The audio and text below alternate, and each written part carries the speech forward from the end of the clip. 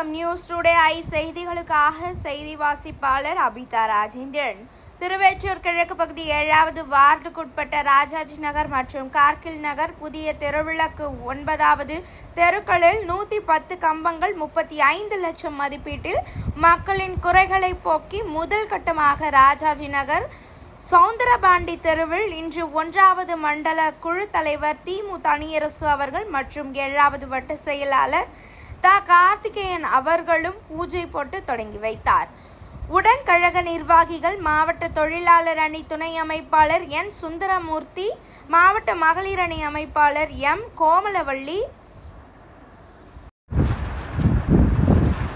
7வது வட்ட கழக நிர்வாகிகள், அவைத்தலைவர் ஜே புண்ணியமூர்த்தி, வட்ட துணை செயலாளர்கள் C Ramesh, P Venkataraman, S Deepa, பகுதி பிரதிநிதிகள் கி கருணாகரன், எம் வெங்கடேசன், பாக முகவர்கள் ஆர் சுப்பிரமணி, நாசி கதிரவன், ஏ மனோகரன், துரை பாலகிருஷ்ணன், ஜி பாபு மற்றும் கழக உடன்பிறப்புகள் ஆர் பத்மா, கஜலட்சுமி, கலா பொதுமக்கள் கலந்து கொண்டனர்.